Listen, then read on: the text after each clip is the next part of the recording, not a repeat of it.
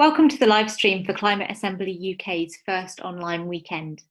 In a moment, you're going to hear 4 presentations, the same presentations that our Assembly members are listening to this morning. The first of those presentations is by one of our expert leads, Professor Rebecca Willis from the University of Lancaster. Rebecca is going to provide a short introduction to the topic that the Assembly is considering this weekend, which is the topic of where our electricity comes from. You're then going to hear our panel of speakers. We have 3 speakers this morning. The first of those speakers is Mike Hemsley from the Committee on Climate Change, and he's going to be covering an understanding of renewable sources of electricity. The second speaker is Professor Patricia Thornley. Patricia is Director of the Energy and Bioproducts Research Institute and Supergen Bioenergy Hub at Aston University. And Patricia is going to be covering bioenergy's role in electricity production and sustainability issues. Our third speaker this morning is Professor Jim Watson. He's one of the Assembly's expert leads and he's Professor of Energy Policy at University College London's Institute of Sustainable Resources. Jim's going to be covering nuclear power and fossil fuels with carbon capture and storage. So usually when you're listening to the live stream, you see a picture of the speakers presenting live to our Assembly in Birmingham. So obviously that's not how it's working this weekend. This weekend, we've pre-recorded all our speakers' talks, just in case our speakers became ill, given the current situation, and weren't able to present today, or in case they had technical problems and again, weren't able to present. So we're going to play our Assembly members, the pre-records of those talks, and at the same time as we play them to our Assembly members, we're going to play them to you as well. So to get on with the first of those talks then, the first of the talks is an introduction to the topic of where our electricity comes from, and it's from one of our expert leads, Professor Rebecca Willis from the University of Lancaster. Hello everyone, it's great to be here with you online, and I'm really pleased that we found a way to continue the Assembly's discussions. I'm moving to the next slide. My job today is to give you an overview of what we're covering in this session and what we'll hear about from our speakers. As you know, we're going to be looking at where our electricity comes from. In previous sessions, we've talked a lot about how we use electricity, looking at electric vehicles and using electricity in the home, for example. But we haven't looked directly at where that electricity comes from and how it's generated. So that's what we'll be doing today. Moving on to the next slide. The first speaker, Mike, will tell us about generating electricity through renewable technologies. He'll describe the different technologies, including wind power, solar power, hydro, wave, and tidal power. He'll talk about the costs of each and what the contribution of each technology could be to electricity generation overall. He'll also explain how we need to change the way our electricity system works, because some renewable technologies don't produce power all of the time. For example, solar power needs daylight to work. So we need to make our system more flexible, as Mike will explain. The second speaker, Patricia, will talk about generating electricity from biomass like trees or plants. She will tell you about the role biomass could play and the advantages and disadvantages of using biomass to generate electricity. The third speaker, Jim, who you'll recognise because he's one of our expert leads, will tell us about nuclear power and about generating electricity from fossil fuels while capturing and storing the carbon. All of this will be explained as we go. Again, he will talk about the potential of both these approaches and the costs. Moving on to the next slide. So by the end of the talks, you will have heard about 6 main technologies: onshore wind, offshore wind, solar, bioenergy, nuclear, and fossil fuels with carbon capture and storage. These technologies are the ones that could provide a significant amount of our electricity by 2050 and are most likely to be cost effective. These are the technologies you'll be voting on Sunday. You'll also have heard a little bit about other technologies like wave, tidal, hydro, and geothermal. You're welcome to ask questions about any of these technologies in the question and answer sessions.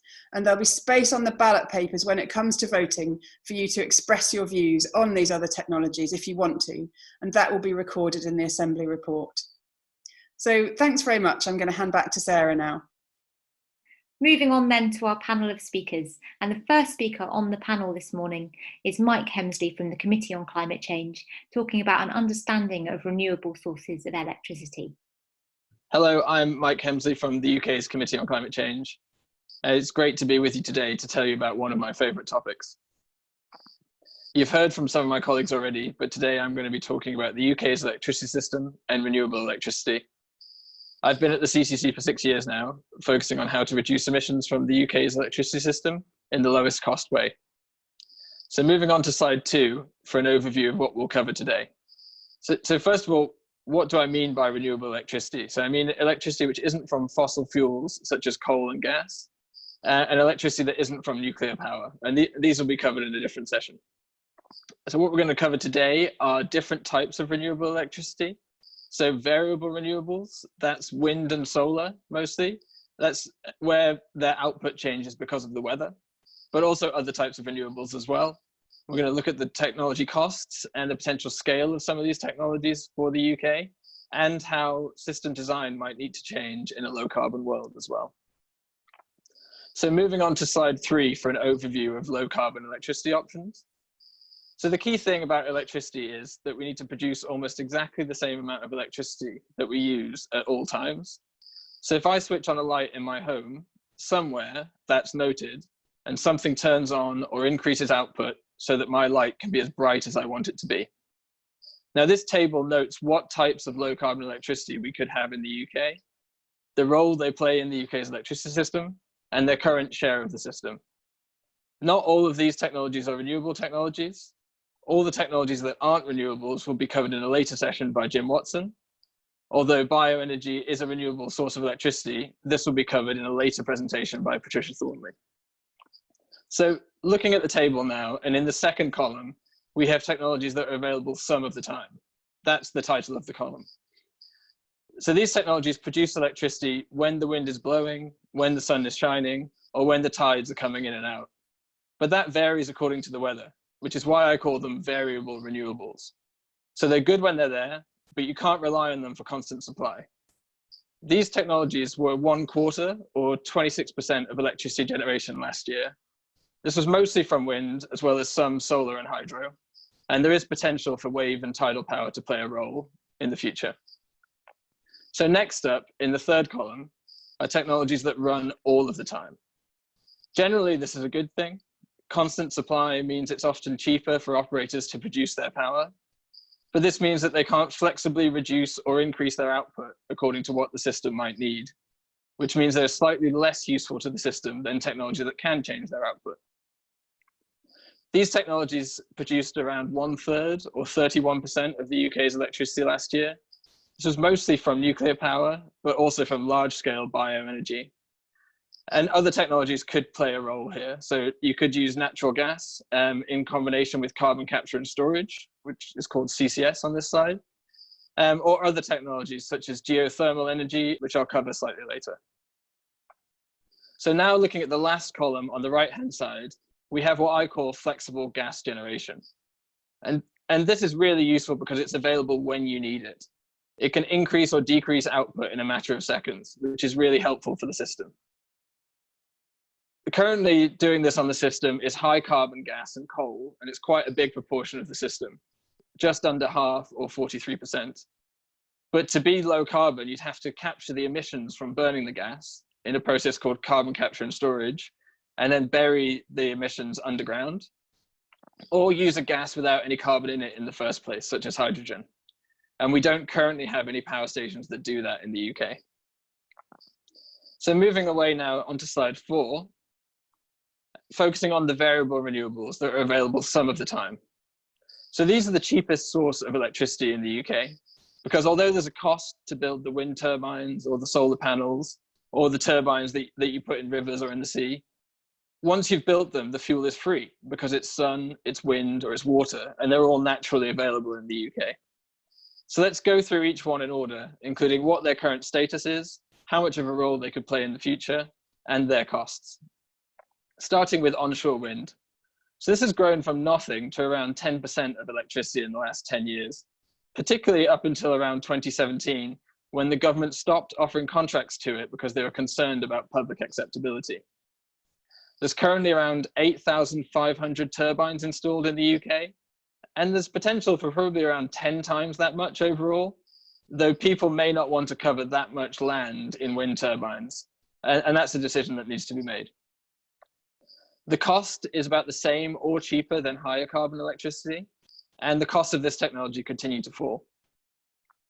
Now looking at offshore wind, this is the same kind of wind turbines but placed in the sea rather than on the UK's land. So this has grown again from nothing to around 10% of the UK's electricity in the last 10 years, and it's now the fastest growing source of electricity thanks to government support. There's currently around 2,000 turbines in the UK's waters, although these turbines are often bigger than the turbines that you see on land. And in terms of overall scale, we don't really see a limit here. In fact, we think that if offshore wind was to provide all the electricity that the UK currently needs, then this would only take up 1% of the UK's seabed. So there's vast potential there. The cost is similar to onshore wind, so it's now the same or cheaper than higher carbon electricity. And again, the costs of this technology continue to fall. And what I mean by higher carbon electricity is electricity from coal or gas in the UK. Moving on to solar power, this has grown from 0% to around 4% of the UK's electricity on a similar timescale to onshore wind. And even though we might not be the sunniest country, there are currently around 800,000 households and businesses in the UK with solar panels on their roofs. The potential for solar power is high, probably as high as onshore wind, but there is a limit to how useful its output is, as it mostly produces electricity during the day in summer, whereas actually the UK needs most electricity on dark winter evenings. If you put these panels in a field, then the costs are about the same as wind power, but actually if you put them on people's roofs, it is a bit more expensive. So just to clarify the difference between hydropower, tidal power, and wave power, by hydropower, I mean capturing the energy from the UK's rivers. By tidal power, I mean capturing the energy from tidal flows, so when the tide comes in and out across the UK's coasts. And by wave power, I mean capturing the energy from the crashing of the waves in the seas around the UK. Hydropower provides around 2% of the UK's electricity, and it has done for more than 30 years via small turbines dotted around rivers around the UK. Actually, what this means is a lot of the best sites have now been taken, and there's limited potential for future growth. And the costs look to be higher than both wind and solar. Tidal and wave power are both promising technologies, but unfortunately not enough progress is currently being made on them for us to believe that they can be deployed at a significant scale by 2050. Big new dams are expensive and controversial, as are tidal lagoons, which is a newer form of dam. There are other ways of getting energy out of the tide or waves, but they're not as advanced, and they're currently around 5 to 6 times the cost of wind or solar power, so really quite expensive. So in conclusion, variable renewables are cheap. There's still vast potential for onshore wind and solar power in the UK, and the potential for offshore wind is tremendous. So moving on to slide 5, there are other renewable options where output is more predictable. First of all, there's geothermal energy. So to get this energy, you need to drill pipes deep into the Earth's crust to extract heat, and then turn this heat into electricity. This is popular in other countries, particularly countries with high temperatures relatively close to the surface of the Earth, such as Iceland, where there's a lot of volcanoes. But there's not that much potential for it in the UK, although there are some projects in Cornwall.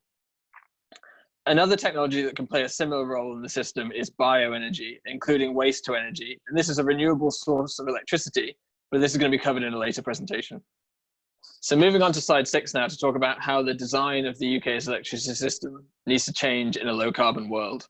So as I mentioned already, the electricity system is designed to produce the same amount of electricity as we're using at all times. So even though demand for electricity does change, such as when you or I turn on our kettles, this can largely be predicted, and the supply of electricity can be matched to it.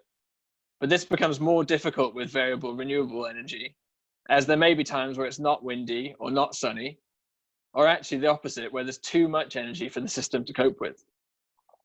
Now moving on to slide 7 to look at some of the options to deal with this. We talk about adding system flexibility in order to help manage renewables on this system. And there's 4 options there. So one is battery storage, which can store electricity to use at a later time. This can be done on the wider electricity system itself or in businesses or people's homes. We can change when we use electricity, so move electricity consumption to a more useful time for the system. So for example, in the future, you might have an electric vehicle and you could schedule your electric vehicle to charge when it's windy or sunny. We could build electricity cables to other countries to allow countries to share resources and solutions. And we can use gas power plants to respond to changes in output from renewables and act as a backup source of electricity generation. The good news is that all of this is well underway, both in the UK and around the world. And though there is some cost to this, it's expected to be small in the grand scheme of things. So now moving on to slide 8 to wrap up. This is just a recap of what we've covered today. So we've looked at different technology types, variable renewables such as wind and solar, but other types of renewables as well. We've looked at the costs and potential scale of these technologies, and we've looked at how system design might need to change in a low carbon world. And then lastly, moving on to slide 9, here's a summary of what I'm hoping you'll take away from this session. Firstly, variable renewables are the cheapest source of electricity in the UK. Wind and solar are currently the best options to produce renewable electricity at scale. And system design needs to change in this low carbon world, but this is already well underway in the UK and around the world. Thank you very much. The second speaker on our panel this morning is Professor Patricia Thornley from Aston University, and Patricia's talking about the role of bioenergy in electricity production and relevant sustainability issues. Hi, I'm Patricia Thornley. I'm based at the Energy and Bioproducts Research Institute at Aston University, which is right in the centre of Birmingham. I'm not there today. I'm at home, as I'm sure all you are as well, but it's great to be joining you on this online platform. So I'm going to talk through for you bioenergy and the role that it plays in our electricity supply in the UK. I'm going to move on now to my second slide. So this is a picture of what electricity generation in the UK looked like in 2018. And what you can see on the right-hand side, you've got a mid-blue colour there, and that is the bioenergy generation. This is for UK renewables. So bioenergy is about a third of the UK renewable supply in 2018, the last year for which we have full figures. For comparison, the purple that you can see on the left-hand side, the next biggest one is onshore wind, and the green one that you can see down the bottom, which is the next biggest, is offshore wind. So each of those are roughly about a third, and then we've got solar PV and hydro weighing in at much less than any of those. I'm moving on to slide 3. So that was a snapshot of what it looked like in 2018. The question is, how have things been moving over recent years? I think you all know that we've been producing more renewable electricity in the UK year on year, really. And if I look here just at the biomass to electricity, what we see is that between 2017 and 2018, the amount of electricity that came from biomass went up by nearly 10%, 9.4%. Now, where was that coming from? A lot of it came from very small power stations. In 2018, there were actually 58 new power stations built all around the UK from bioenergy. Most of those were things like in factories where they were self-supplying, the electricity being used for manufacturing, or where they were providing heat and power at the same time. But there were 2 big ones that came on in 2018, and both of these were conversions of coal-fired power stations. So these are really old power stations that have been on the system forever. They've been burning coal. And a few years ago, Drax, which is the largest power station in the UK, converted some of its capacity to biomass, and it increased that significantly last year in 2018. Now, I've said here that it used plant biomass capacity. What that means is that most of what is used in Drax is actually forest residues, which are imported. And I'll talk about the sustainability of that a little bit later. So forest residues are the stuff that gets thinned out of our forests in order to keep them healthy and to maintain the growth. It's normally left lying on the ground to just decompose, but we can collect it and use it for energy. But the other big one that came online in 2018 was Linemouth Power Station, which was using wood material, and that was 420 megawatts. Megawatts are a measure of how big a power station is, how much capacity it has to deliver energy to people. And two other types of bioenergy are energy from waste and landfill gas. So I'm now moving on to slide 4. Okay, so bioenergy can come from lots of different sources, and I've got pictures of lots of them here. On the top left, we've got wood chips, and the top middle, we've got wood pellet, and that's where we take the wood, grind it up into tiny bits, and then compress it to make it really easy to transport. And this is the sort of stuff that is coming into the big power stations in the UK at the moment. If I pick another one on the left-hand side in the middle, you can see some willow, a really fast-growing tree that can be planted specifically to provide bioenergy. And if I look at the bottom middle section, this is the first power plant I ever worked on. This is in Fife in Scotland. And when you have chickens and you're rearing them, in their houses, you put wood chips in the bottom. The chickens poo on the wood chips, and then you take that out at the end. And here we're using a power plant to turn that chicken litter into electricity. I'm going to move on to slide 5. Okay, so there's lots of different types of biomass, and there's lots of different ways of converting it. We can do this thermally, where we tend to involve high temperatures. We can do it chemically, which we tend to use when we're trying to turn it into fuels or chemicals or materials. And we can do it biologically at low temperatures. And we can turn the biomass in that way into heat, into electricity, into chemicals, or into transport fuels. And I know that the people who have been involved with transport fuels, you've been picking this up in another group, looking at synthetic fuels, but today we're going to concentrate mostly on biomass for electricity. I'm moving on to slide 6 now. Okay, so a lot of people get concerned about the sustainability of biomass. And if you are concerned about that, I would point you to this report, which was done by the Committee on Climate Change in 2018. And they reviewed all the evidence around biomass, and I've given some of the quotations here from it. And they said that biomass can be produced and used in ways that are both low carbon and sustainable. They said it can make a significant contribution to tackling climate change. But at the same time, they said there are risks that biomass production and use could in some cases be worse than the alternative of the fossil fuel. And I think when you've seen some of the previous slides I showed with so many different possible types of biomass, so many different conversion technologies, and so many different uses that you can put it to, it should be pretty clear that there's actually loads of ways of doing this. There are good ways of doing bioenergy and there are bad ways of doing bioenergy.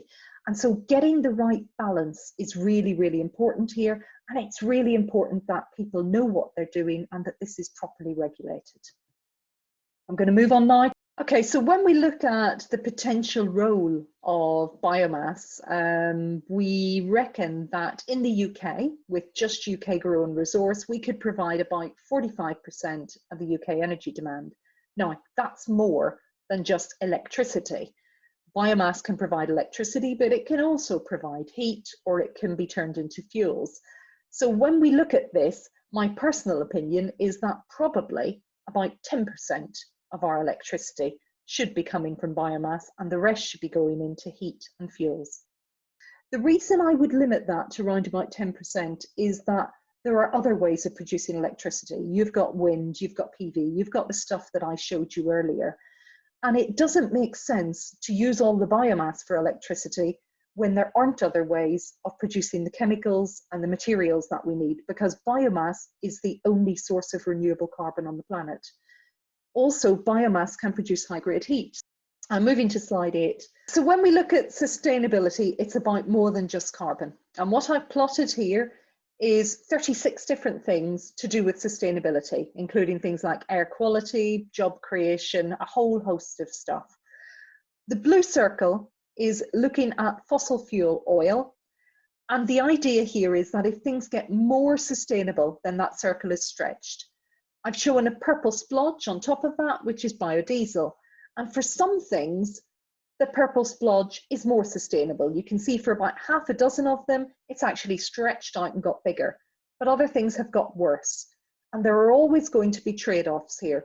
We have different ways of providing our energy, which have different impacts, but it's never the case that one thing is entirely more sustainable than another.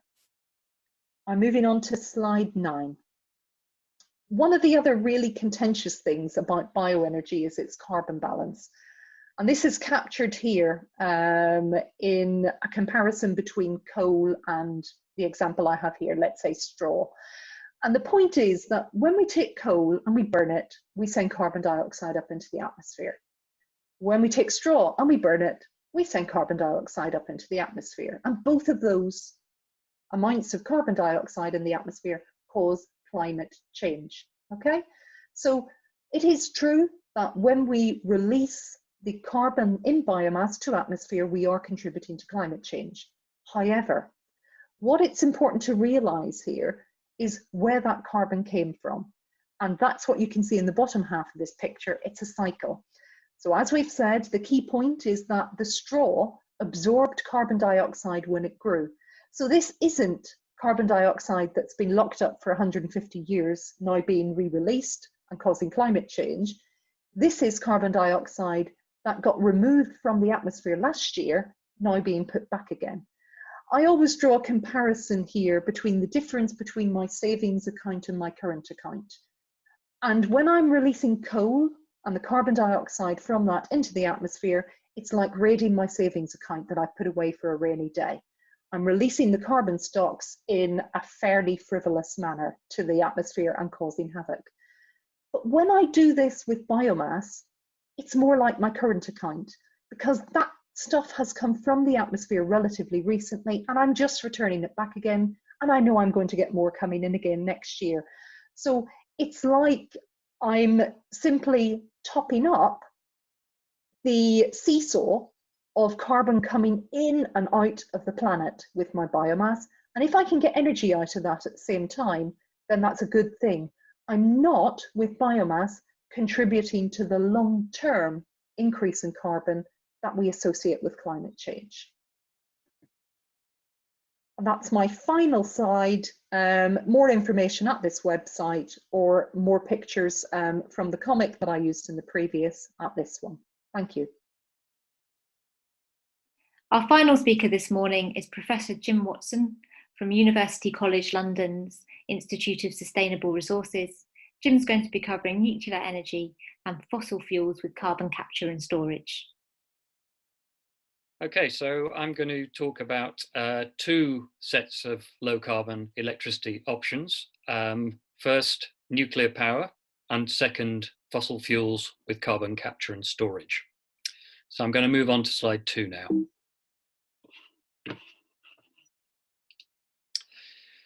So nuclear power first. So this is slide 2. So the UK has been using nuclear power generation for civilian electricity use since 1956. So the first nuclear power plant was opened then by the Queen, called Calder Hall. And we've been using nuclear power ever since then. And civilian nuclear power is a term used just to distinguish it from nuclear power that was used for military uses. So the nuclear program in the UK, like many countries, had its roots in the military to create nuclear weapons. And so there is a distinction between nuclear power for civilian uses, for electricity for UK citizens, and the use of nuclear power for military uses. In the most recent year we've got data for, in 2019, nuclear power was generating 17% of UK electricity. So we currently have 8 nuclear plants operating around the UK. Most of those are quite old, and then one of them, called Sizewell B, which is pictured on this slide for those of you who can see it, was put into operation in the mid-1990s. So there's 8 plants in operation. And then we've got some even older plants which have now closed, and they're now going through what's called decommissioning. So all of the work that has to be done to care for and dismantle those plants after they've reached the end of their life. In addition to those 8 plants, we have 1 new plant being constructed at Hinkley C in Somerset. That's a new plant and it will go into operation in a few years' time. It's being built by EDF Energy. So I'm now moving on to slide 3. So nuclear could make a much bigger contribution than it does now to our electricity mix. So as I said, at the moment, it's less than 20%. That could increase quite a lot. So for example, if we were to build 10 plants, like the new one at Hinkley C that is being built right now, which is pictured on this slide, that would generate about 75%, so 3/4 of the electricity we currently generate. So nuclear is a technology which could actually generate large amounts of low carbon electricity. But I think it's important to also understand that if no more new plants are built, because many of the plants we have operating right now are quite old, then that share of nuclear generation is going to decline over time.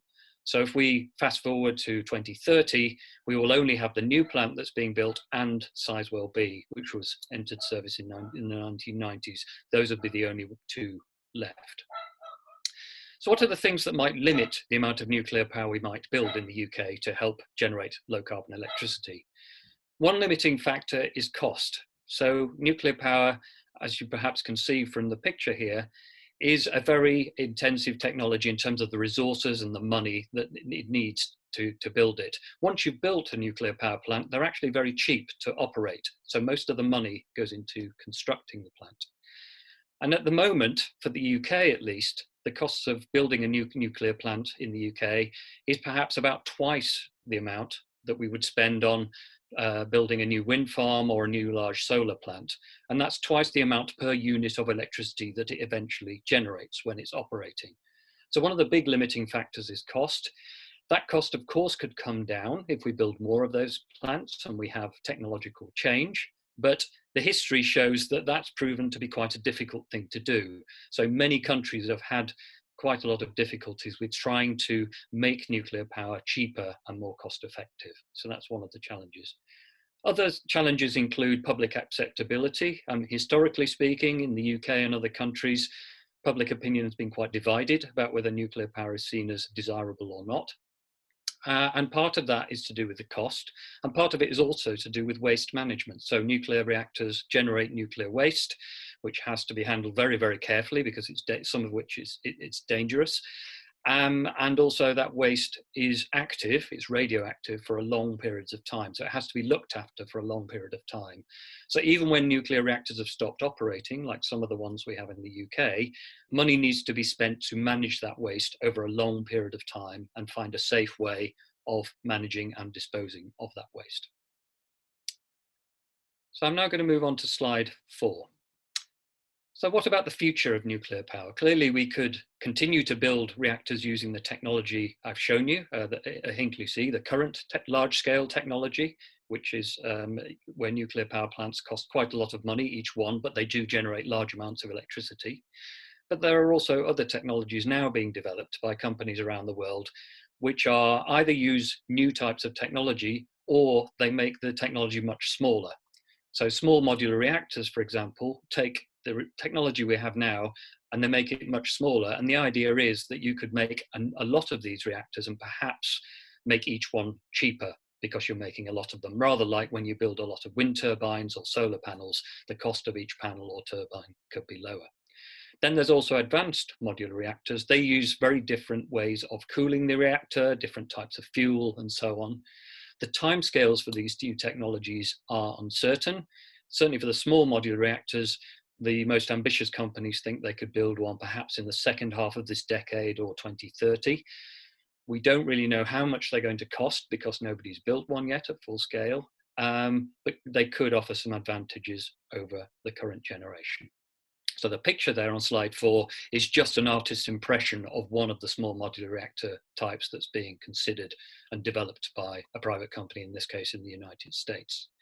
So more research and development is required, and probably quite a bit of government funding, either from the UK or other countries, in order to scale up and deploy those new technologies and to see whether they work and see how much they cost. So that's the future of nuclear. Okay, so that's my slides on nuclear power. So now on to fossil fuels with carbon capture and storage. I'm now on slide 5. So carbon capture and storage technologies, you've heard about this in weekend 2. So here is a bit more detail on this slide.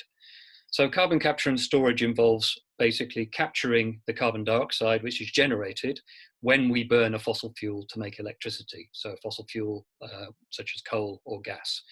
So when you burn coal or gas in a power station, what normally happens is the carbon dioxide that's produced goes straight up the power station chimney. What you can do instead is to capture up to 90% of those carbon dioxide emissions and put those emissions into a pipeline, and that pipeline then connect to a site where you can store that carbon dioxide in the long term. And that storage can be, for example, a disused oil and gas field in somewhere like the North Sea in the UK. So you can store it for a long time. The diagram on slide 5, for those of you who can see it, shows just how that works. So you've got the carbon dioxide capture at the power station on the surface, the transport, the yellow pipeline there, and then the storage right at the bottom of the diagram, which is where the carbon dioxide would stay for a long period of time. So fossil fuels generated 43% of our electricity in the UK in 2019. 2% of that was coal, the rest was from natural gas. But it's important to stress that that was done without carbon capture and storage. So the emissions from burning those fossil fuels to generate electricity were going up the power station chimney and causing climate change. Now, carbon capture and storage technology is at quite an early stage. There are a number of full-scale plants operating around the world in different countries, not in the UK, but in other countries, in North America, in Australia, and elsewhere in Europe. And 2 of those are power plants, so they're generating electricity and capturing those carbon dioxide emissions. One in the United States and one in Canada. And those plants opened in the last few years, and they're now operating. So now moving on to slide 6. So what's the potential contribution of burning fossil fuels with carbon capture and storage for low carbon electricity? So that contribution could be large. We could build a large number of power stations burning fossil fuels in the UK, all of which could have the facility to capture that carbon dioxide, put it into pipelines, and storing it in reservoirs in places under the ground. We have quite a lot of resources for storage of carbon dioxide in the UK. So for example, under the North Sea, where we've developed it to extract oil and gas. Once we've taken the oil and gas out of an oil or gas field, that creates space where you can then store carbon dioxide instead. And clearly one thing that's very, very important from a climate change perspective is to make sure that carbon dioxide stays where it's put for a long period of time. If it starts to leak out, that is going to negate the impact on climate change because you're starting to contribute again to climate change and global warming. So it's really important that if we're selecting storage sites for carbon dioxide, that they are well understood, the geology is well understood, to minimize the potential for this carbon dioxide to leak out. So that's one of the big challenges of carbon capture and storage. Another one is cost. So like nuclear power, the cost of carbon capture and storage with fossil fuels to generate electricity is likely to be quite high. As it says here on the slide, it's likely to be at least twice as high per unit of electricity produced as wind and solar power in the UK, at least initially. Now, there is potential for that cost to come down as you build more plants using this technology, the same way that as you build more plants using, say, wind technology or solar technology, those costs have fallen. So that cost could come down, but initially in the UK, those costs are likely to be quite high. And that's illustrated by the cost of those 2 plants I mentioned in the United States and Canada, which did have extremely high costs to start with. And that's because they're the first plants of their kind in those particular countries. So that's the end of my presentation. So I've basically covered 2 of the main low carbon generating technologies, nuclear power and fossil fuel with carbon capture and storage. In both cases, the potential for those is quite large. Nuclear power is widely used around the world. Carbon capture and storage is at an early stage. The costs are high in both cases, but there is potential for those costs to come down in the long term. Thank you. Thank you very much for listening to this morning's live stream from Climate Assembly UK. If you'd like to listen back to any of the speakers this morning, their videos of the presentations will be on the Climate Assembly UK very shortly, along with the speakers' slides. In a couple of days' time, you will also find on the Climate Assembly UK website transcripts of their presentations. Again, thank you very much for listening, and please do join us for a future weekend.